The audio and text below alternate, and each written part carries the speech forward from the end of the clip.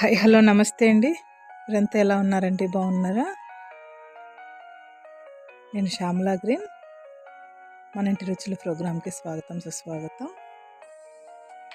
ఈరోజు మనము బియ్యం పిండి పచ్చిమిర్చి వడియాలండి. మనము బియ్యం పిండిలోకి పచ్చిమిర్చి పేస్ట్ వేసి కరివేపాకు పచ్చిమిర్చి జీలకర్ర వేసి వడియాలను తయారు చేసుకుందాము. పిండి ఒక గిన్నెడు తీసుకున్నానండి కొలత. ఇది బాగా ప్రెస్ చేసి తీసుకోవాలి, ఎందుకంటే బియ్యం పిండి గుల్లగా వస్తుంది కదా. ఇలాగా పై వరకు గోపురంలాగా ఉండేలాగా ఒక కప్పు బియ్యం పిండి తీసుకున్నాను. ఇదే గిన్నెతో 6 గిన్నెలు వాటర్ తీసుకోవాలి. 6 గిన్నెల్లో 4 గిన్నెలు ఎసురు కాగడానికి మనం పెట్టుకున్నాము. ఈ డేక్షాలో ఇలాగ సిల్వర్ది మందం డేక్షాలోకి అయితే పిండి బాగా చక్కగా ఉడుకుతుంది. 4 గిన్నెలు వాటర్ దాంట్లో తీసుకొని 2 గిన్నెలు ఈ డేక్షాలోకి పోసుకుందాము. ఈ డేక్షాలోకి మనం కొలత వేసుకున్న ఒక బాక్స్ పిండి ఉంది కదా, ఆ పిండి అంతా వేసి దోశ బ్యాటర్ లాగా చక్కగా వాటర్లో దీన్ని కలుపుకుందాము. చాలా బాగుంటాయండి ఇవి. సంవత్సరం అంతా మనం పెట్టుకోవచ్చు, నిల్వ ఉంచుకోవచ్చు. బాగా ఆరితే మనము సంవత్సరం అంతా నిల్వ ఉంచుకొని అప్పుడప్పుడు పప్పుచారు, సాంబారు, రసం ఇలా చేసుకున్నప్పుడు వేపుకుంటే ఆకుకూర పప్పులు చాలా బాగుంటాయి. దాంట్లోకి మసాలాగా ఒక 7-8 పచ్చిమిర్చి తీసుకున్నాను, బాగా ఎక్కువ కారం ఉండేటివి. 1 స్పూనున్నర జీలకర్ర, ఒక 4 రెబ్బల కరివేపాకు శుభ్రంగా చేసి ఇలాగా వీటిని పచ్చిమిర్చిని తుంపుకొని, ఇది చాలా కారం ఎక్కువ ఉంటుందండి. ఇవి బెంగళూరులో నల్ల మిరపకాయలు అంటారు, చాలా కారం ఉంటుంది. అందుకని ఇవి ఒక 7 వేసుకున్నాను నేను. మీరైతే మామూలు మిరపకాయలు అయితే 10 కూడా వేసుకోవచ్చు.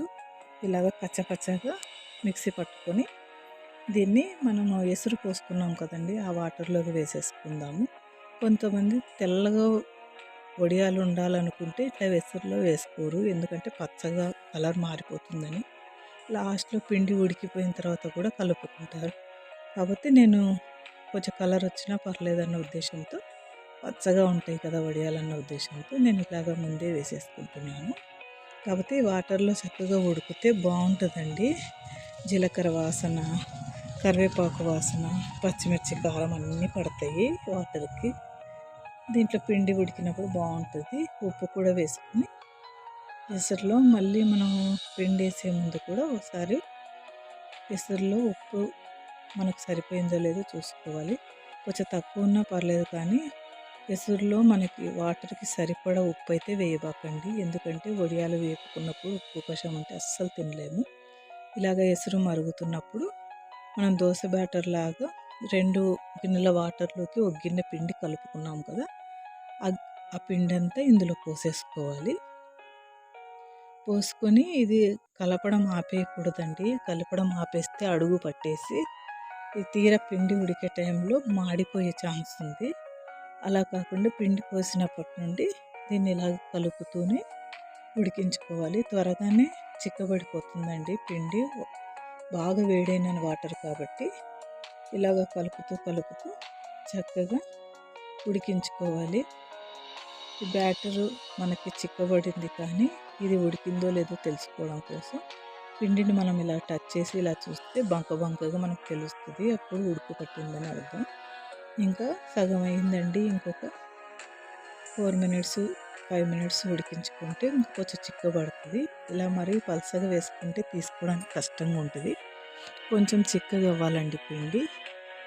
ఇది ఇలాగ ఉడికినా కూడా మూత పెట్టి కూడా దీన్ని మగ్గినట్లు కూడా ఉడికించుకోవాలి, అప్పుడు పిండి టేస్ట్ కూడా వస్తుంది.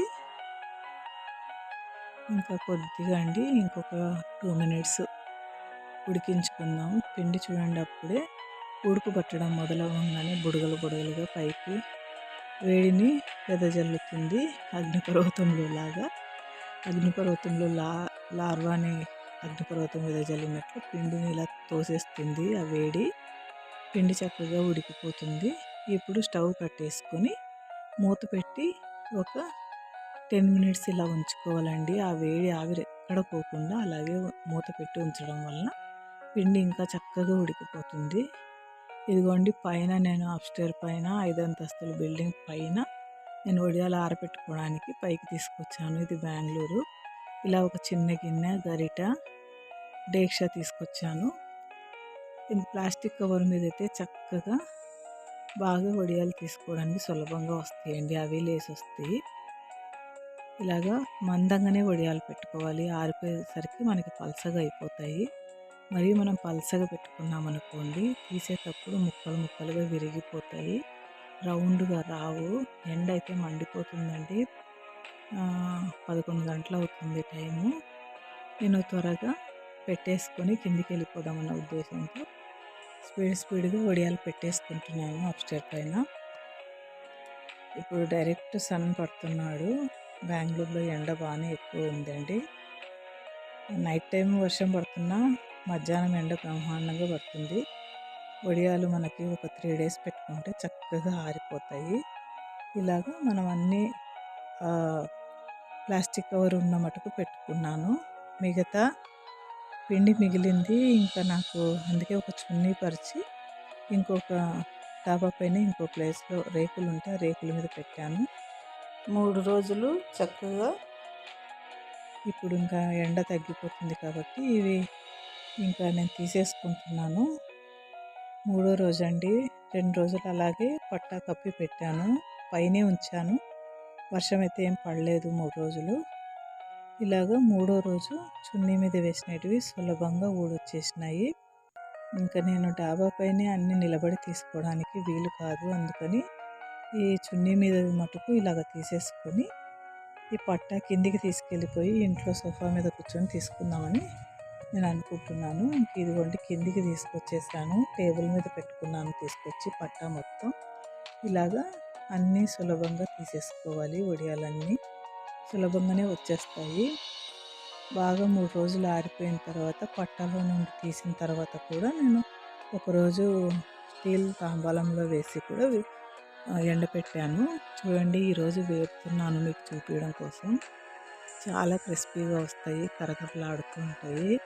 చాలా టేస్ట్గా కూడా ఉంటాయి. జీలకర్ర, కరివేపాకు, పచ్చిమిర్చి వేసాం కాబట్టి ఎంతో రుచికరమైన పచ్చిమిర్చి పేస్ట్, బియ్యం పిండి వడియాలు. మీరు కూడా ఇలాగే చేసుకొని తిని చూసి కామెంట్ ద్వారా ఎలాగుందో నాకు తెలియపరచండి. లైక్ చేయండి, షేర్ చేయండి, సబ్స్క్రైబ్ చేసుకోవడం మర్చిపోకండి. బెల్ ఐకాన్ కొట్టండి. ఎంతో టేస్టీ పచ్చిమిర్చి బియ్యం పిండి వడియాలు తయారైపోయినాయి. ఇవి సంవత్సరం పాటు నిలువ పెట్టుకోవచ్చు. మనము ఒకేసారి ఒక 2 రోజులకు ఒకసారి ఇలాగ వడియాలు వేసేసుకున్నామంటే సంవత్సరం అంతా కూడా మనకు బాగా ఆరిపోయిన వడియాలు చక్కగా మనం ఎప్పుడు కావాలంటే అప్పుడు వేపుకోవచ్చు. పప్పుచారులోకి, రసంలోకి, సాంబార్లోకి, ఆకుకూర పప్పులోకి, వేట్లోకి తిన్నా చాలా బాగుంటాయండి. మనం ఉప్పు మిరపకాయలు పెట్టుకుంటాం కదా, వాటితో పాటు అవి ఒక 4, ఇవి ఒక 4 అలా వేపుకుంటే చాలా టేస్ట్గా ఉంటాయి. ఖచ్చితంగా ఇవి మీరు కూడా చేసుకోండి. సులభంగా చేసుకోవచ్చు. ఒక్కరే కూడా పెట్టుకోవచ్చు. చక్కగా వచ్చాయి. అందరం కలిసి తినచ్చు. ఇంటిల్లిపాది సంవత్సరం పాటు నిలవ ఉంటాయి. బాగా చక్కగా క్రిస్పీగా ఉంటాయండి వడియాలు. పిల్లలైతే మరీ ఇష్టంగా తింటారు. మనం బయట కొనే స్నాక్స్ బదులు ఈ వడియాలే పిల్లలకి వేపి ఇవ్వచ్చు. మనం అందరం కూడా ఈ వడియాల్ని ఎంజాయ్ చేయొచ్చు. ఎందుకంటే ఇవి కారం కూడా వేసాం కాబట్టి చాలా టేస్ట్గా ఉంటాయి. ఈ వీడియో మీకు నచ్చినట్లయితే లైక్ చేయండి, షేర్ చేయండి, సబ్స్క్రైబ్ చేసుకోవడం మర్చిపోకండి. బెల్ ఐకాన్ కొట్టండి. Thank you for watching.